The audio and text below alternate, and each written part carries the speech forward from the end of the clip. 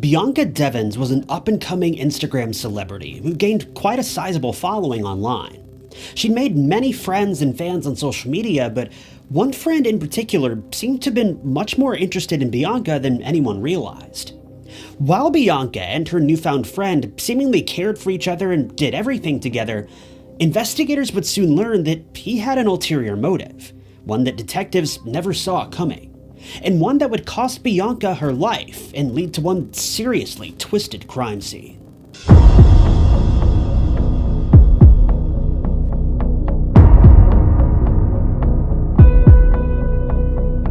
If you're in a relationship with someone, whether you're married or dating, it's best to check in with one another from time to make sure everyone's needs are being met, and to be sure that you're on the same page. This is where Paired steps in. Paired is an incredible app that can help you improve communication, stay connected to your partner, and deepen your intimacy as a couple. Most importantly, Paired was designed to help you improve the happiness of your relationships, and it does a wonderful job. You can explore fun games, quizzes, and even receive expert guidance to help strengthen your relationships and overcome your struggles or shortcomings. Paired is a fun and easy way to regain control of your relationships, and it's suitable for all couples in any stage of your relationship. My wife and I have been trying Paired out recently, and I'll admit it's actually quite fun. We've been together for over a decade, but still managed to discover some new things about one another. The games and daily conversations are a welcome change of pace from your typical relationship apps that may seem a bit boring or just plain dull. Paired is truly fun every step of the way, especially the new game called You or Me that was just added to the app. That game in particular is a blast. Click my link below and get 25% off a Paired premium membership so you can strengthen and deepen your connection with your partner. Thanks to Paired for supporting today's video. Bianca Devins was a self-described fake internet girl who had gathered quite a following on Instagram. But Bianca was also a very real person, something we all may tend to forget from time to time when keeping tabs on some of our favorite social media stars. Bianca seems to have been focused on attempting to make a career out of being a social media influencer, and she was certainly on her way to making these dreams a reality. I can't say for sure just how large of a following that she had, but her account currently sits at just under 150,000 followers, so I'm sure many of these followers found her account after the crime took place, but more on that in just a moment. Being just 17 years old, Bianca had a good head on her shoulders for her age. She was incredibly talented as an artist, and this shows in many of her more expressionistic Instagram posts. Bianca wasn't a so-called e-girl in the traditional sense of the word. Rather than posting provocative photos like many people do these days, she would pose for more artistic shots, often adding in captions or other images alongside herself, making her posts more of a modern art form than anything else. While Bianca focused heavily on her potential career online, she also took the proper steps to ensure that she'd have a successful life in case social media didn't pan out. Bianca was a remarkably bright girl, and her family says that she took pride in her efforts to help others. A former online friend spoke about Bianca and remembered that she always was willing to help those around her, even if she was going through some dark situations in her own life. Bianca had made plans to study psychology at Mohawk Valley College in Utica, New York. She doesn't appear to have decided on what she planned to do with this degree just yet, but I would imagine she would have been involved in counseling or some sort of therapy if I had to guess, but we really don't know for sure. While Bianca presented herself online as a powerful and willful girl, she had some pretty serious struggles that she had to deal with on a daily basis for a number of years. I'm sure most of us are aware that being a teenager is incredibly hard, and many teens end up battling depression at some point. But for Bianca, her struggles were much deeper than anything many of us would have ever had to deal with. Her family spoke about her teenage years and recalled that Bianca had been battling serious bouts of depression for a number of years. Not only this, but she also had to deal with crippling anxiety and a diagnosis of borderline personality disorder. Now, I don't know really anything about BPD, so I'm certainly not going to try to give any real detail to try to describe the disorder, but I know that a large number of people often struggle with BPD, and many of them are teenagers. The only thing I can say for sure about BPD is that it often leads to a disturbingly warped sense of reality and dramatically heightened emotions. And it's been said that up to 10% of people who suffer with BPD will end up taking their own life before finding a suitable form of treatment. If this weren't bad enough, Bianca would also be treated for PTSD, but we don't know for sure what may have led to all these troubles. Bianca's loved ones say that because of all these struggles, she found herself in and out of mental hospitals all throughout her teenage years.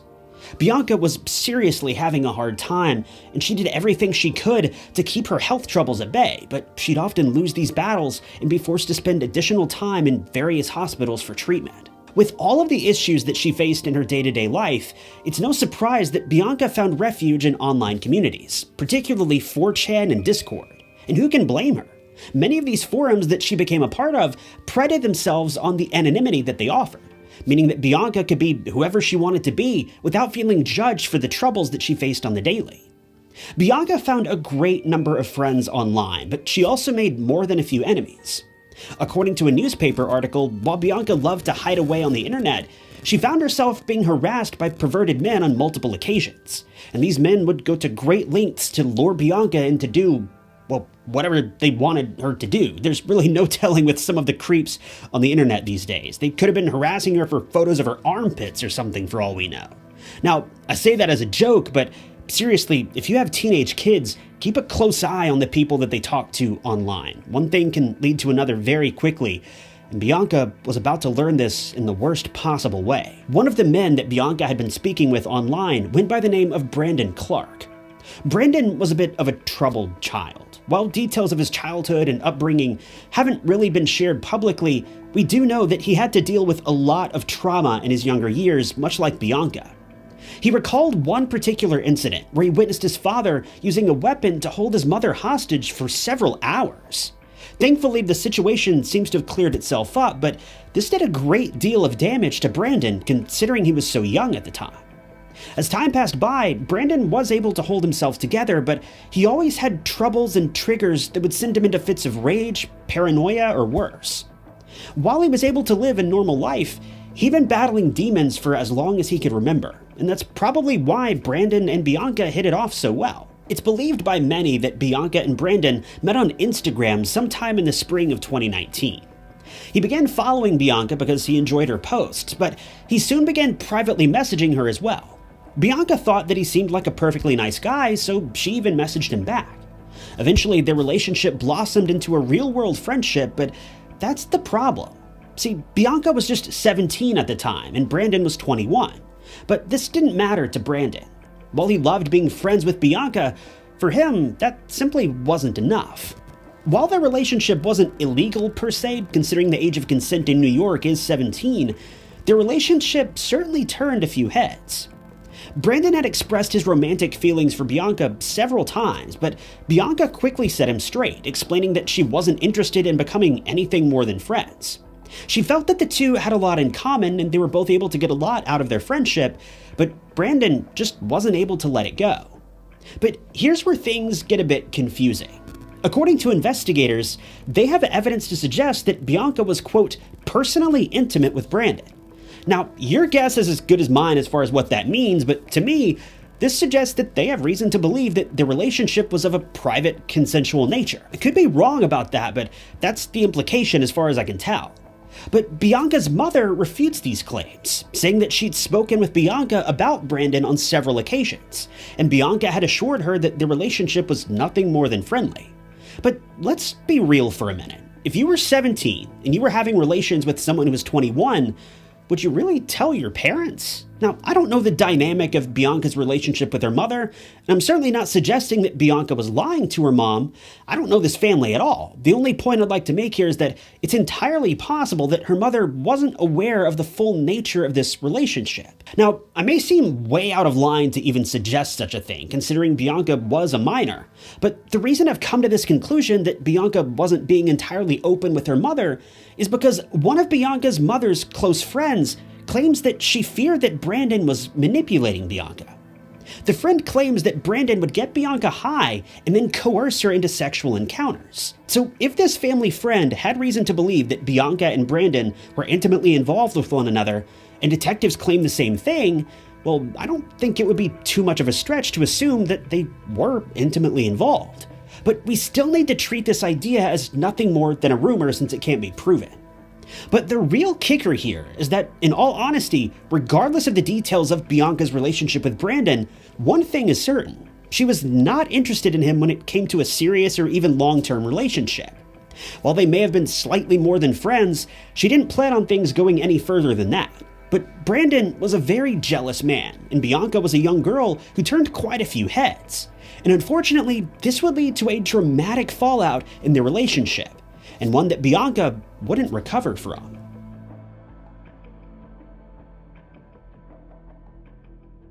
It was July of 2019. Over the last couple of weeks, Bianca had been speaking with her mother about attending a concert in Queens. A gothic folk singer that Bianca was extremely interested in was coming to town, and Bianca wanted more than anything to be there. Bianca's mother was extremely nervous about letting her daughter go to a concert unattended, but she soon learned that Brandon would be there as well. Bianca's mother loved Brandon. He seemed like a very clean-cut guy, and she felt much better about letting Bianca go to the concert after learning that he would be going with her. Now, to be clear, her mom still didn't want her to go, but in her mom's own words, Bianca was nearly 18, and she knew that she would go whether she said yes or not. When the night of the concert came, Bianca couldn't contain her excitement. She'd spent the majority of the evening trying on various outfits and asking for her mother's feedback.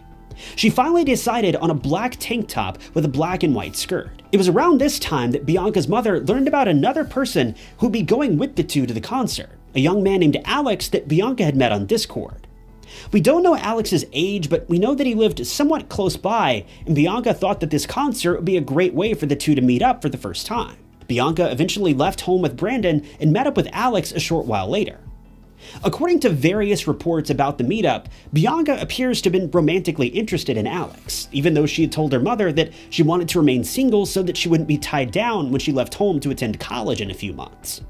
But for whatever reason, Bianca appears to have been taken aback by Alex. The two had so much in common, and Alex was an incredibly sweet and caring young man. The two had chatted for hours upon hours online, talking about anything and everything. Bianca felt that the two had been friends for years, even though they'd only known each other for a matter of weeks, as far as I can tell. This relationship only continued and strengthened once they met in person, and Bianca seems to have been falling head over heels for Alex, and the two ended up kissing at a nearby store in Queens. As you could imagine, this kiss angered Brandon greatly. Brandon, being somewhat possessive, felt betrayed by Bianca. After all, she'd no sooner told Brandon that she wasn't interested in anything serious when she, in his eyes, then turned around and began pursuing someone else. Brandon was devastated, to say the least. Bianca insisted to Brandon that this was nothing more than a friendly kiss, but Brandon could sense that something more was going on here. Nevertheless, it appears as though the three attended the concert together anyway, but Brandon kept a much closer eye on Bianca after this. Bianca had been checking in with her mother all throughout the evening, and her final text rang through at about 7:30 p.m. when the three were looking for a parking spot at the show. After this, her mother was left completely in the dark. When her mother hadn't heard back from them by about 1:45 the following morning, she became a bit concerned, but she assumed that Brandon and Bianca had pulled over somewhere to sleep before attempting to drive home after dark. Unfortunately, this wasn't true. By 7 a.m. that morning, Bianca's sister Olivia heard a knock at the door. She answered and was shocked to find that it was the police, and they wanted to talk about Bianca.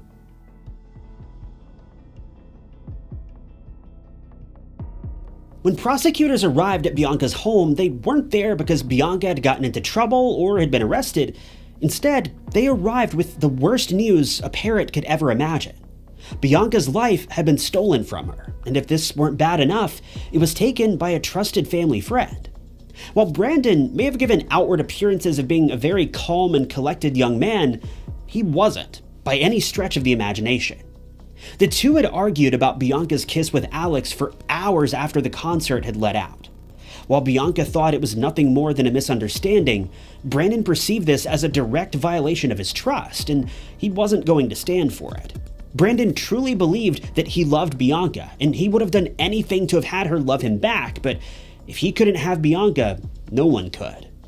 While the two were in the midst of a heated disagreement in Brandon's car, Brandon pulled out a knife that he had hidden in his car earlier and claimed Bianca's life with one swift movement. For reasons that remain unclear, Brandon appears to have been under the assumption or the delusion that he and Bianca were dating, even though she had allegedly made it painfully obvious that she was uninterested. We know that this is the case because Brandon actually called the police himself and confessed to the crime. But rather than admitting that he had taken the life of his closest friend, he phoned 911 and said, quote, "I just killed my girlfriend." But here's where things get disturbing, confusing, and just plain dark. On that fateful evening, Brandon revealed that not only was he battling some serious issues, but he was truly a sick and disturbed man.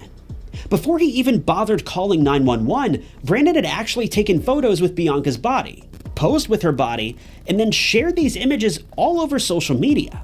If this weren't bad enough, these photos spread like wildfire, but it gets even worse from here. Considering Bianca was an up-and-coming Instagram celebrity, these photos eventually made their way to Instagram, and soon enough, the photos had been sent to the inboxes of Bianca's family members. These images were sent to Bianca's mother multiple times, with her mother opening the messages before she could realize what they contained, blindsiding her with the most awful images of her child that anyone could ever witness.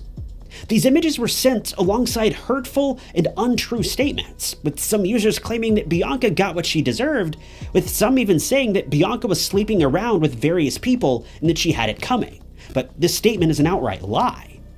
When detectives dug into the situation further, they learned that Brandon had first posted the images to one of Bianca's regular Discord servers that she was known to frequent. He posted the image alongside an expletive-laced comment saying that her fans would need to find someone else to follow now that Bianca had been dealt with. Detectives have even suggested that Brandon filmed himself committing the crime, and it's rumored that this video is floating around on the internet as well, but to tell you the truth, this isn't an allegation that I'm willing to dig into because some videos are better left unseen. So if you're curious about the validity of these claims, I'll let you do the digging on your own. When police arrived at the scene of the crime following Brandon's phone call and his confession, he turned the weapon on himself and attempted to take his own life, but thankfully first responders were able to administer aid in order to keep him alive long enough to stand trial. In the end, Brandon made a full recovery. Investigators say that they have every reason to believe that not only did Brandon take Bianca's life out of jealousy, but they believe he also did it for the fame, as they found a note left behind at the scene of the crime that was written by Brandon, reading, "May you never forget me." Worse yet, the crime may have even been premeditated, and the kiss may not have actually been what provoked Brandon. He may have planned on committing the crime from the very beginning. Police claim that they have more than enough evidence to suggest that Brandon had been planning the crime for quite some time. If you remember, the weapon that Brandon had used to commit the crime had been stashed away in his car ahead of time, presumably long before Bianca's kiss with Alex. Brandon had also spent several days Googling information about the location of the carotid artery online, as well as how to incapacitate someone. By all means, it seems as though Brandon had every intention of claiming Bianca's life for weeks in advance, but in the end, he was only sentenced to prison for second-degree murder, presumably due to a lack of irrefutable evidence. But thankfully, Brandon was given life in prison with the possibility of parole after 25 years. But if we're being honest, I think we all know that this man will never see the light of day again. In the aftermath of the crime, Bianca's crime scene photos were popping up all over the internet. Her family were forced to not only live through the tragic and heartbreaking loss of their loved one, but every time they opened social media, they were greeted with more disturbing images of their family member. One of Bianca's friends recalled a time when someone had forwarded the photo to her. The friend had flagged the photo and reported it to Instagram so that it could get removed. But get this, she got a message back from Instagram the following morning saying that the image didn't violate their terms of service, and thus it wouldn't be taken down. This happened on more than one occasion as well. Some of Bianca's family members said that they continued to receive these images in their inboxes for more than 2 years after Bianca had lost her life.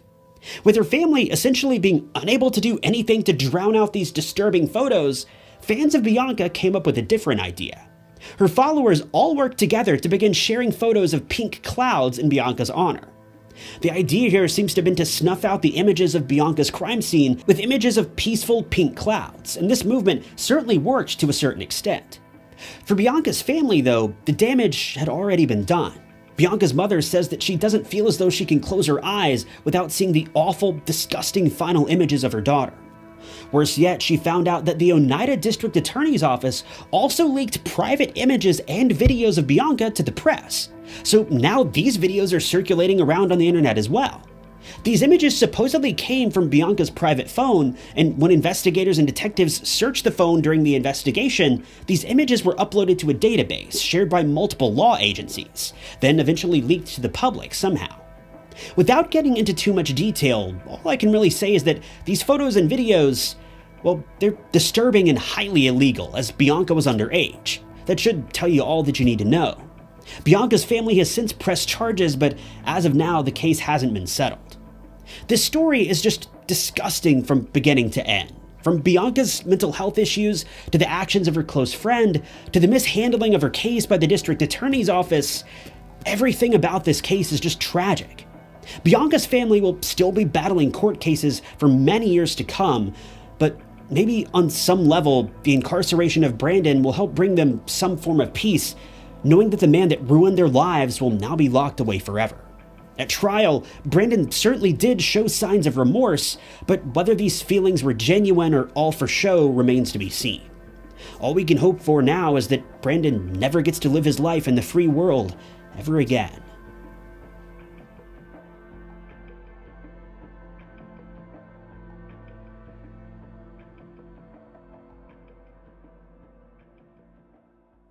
Thank you guys for tuning in to another episode of True Crime Stories. If you want to see more true crime documentaries like this, be sure to hit the like button and subscribe. If you'd like to help support the channel, the best way you can do that is simply by leaving a comment below, any comment at all. It helps out the channel a lot more than you may realize. If you want to help out financially, you can do that by clicking the blue join button below, or by picking up a True Crime Stories mug from TyKnots.com. But with that, my name is Ty Knots, and I'll catch you guys in the next video.